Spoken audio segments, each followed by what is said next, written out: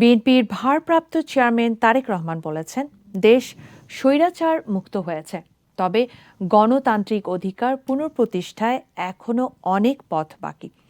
লক্ষ্য অর্জনে দলের নেতাকর্মীদের ঐক্যবদ্ধ ও ধৈর্য ধরে মানুষের আস্থা অর্জনের আহ্বান জানিয়েছেন তিনি। সিরাজগঞ্জের এনায়েতপুরে বিএনপির আয়োজিত স্মরণ সভায় ভার্চুয়ালি যুক্ত হয়ে এসব বলেন তারেক রহমান।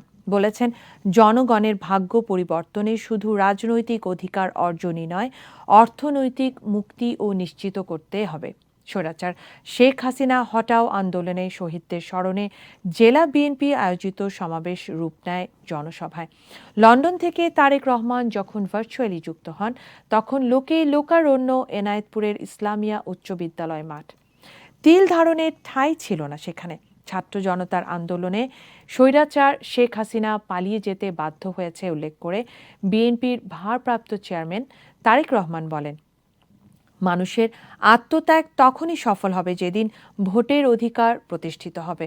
বেগম খালেদা জিয়ার সরকারের আমলে কৃষকের 5,000 কৃষি ঋণ মওকুফের কথা উল্লেখ করে তারেক রহমান বলেন, বিএনপি সবসময় মানুষের কল্যাণের রাজনীতি করে। দেশকে এগিয়ে নিতে শুধু রাজনৈতিক অধিকারই নয়, মানুষের অর্থনৈতিক মুক্তিও নিশ্চিত করতে হবে।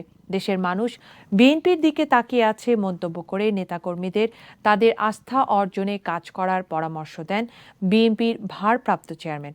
ক্ষমতায় গেলে তাঁত শিল্পের প্রসারে বিএনপি কাজ করবে বলেও প্রতিশ্রুতি দেন তারেক রহমান।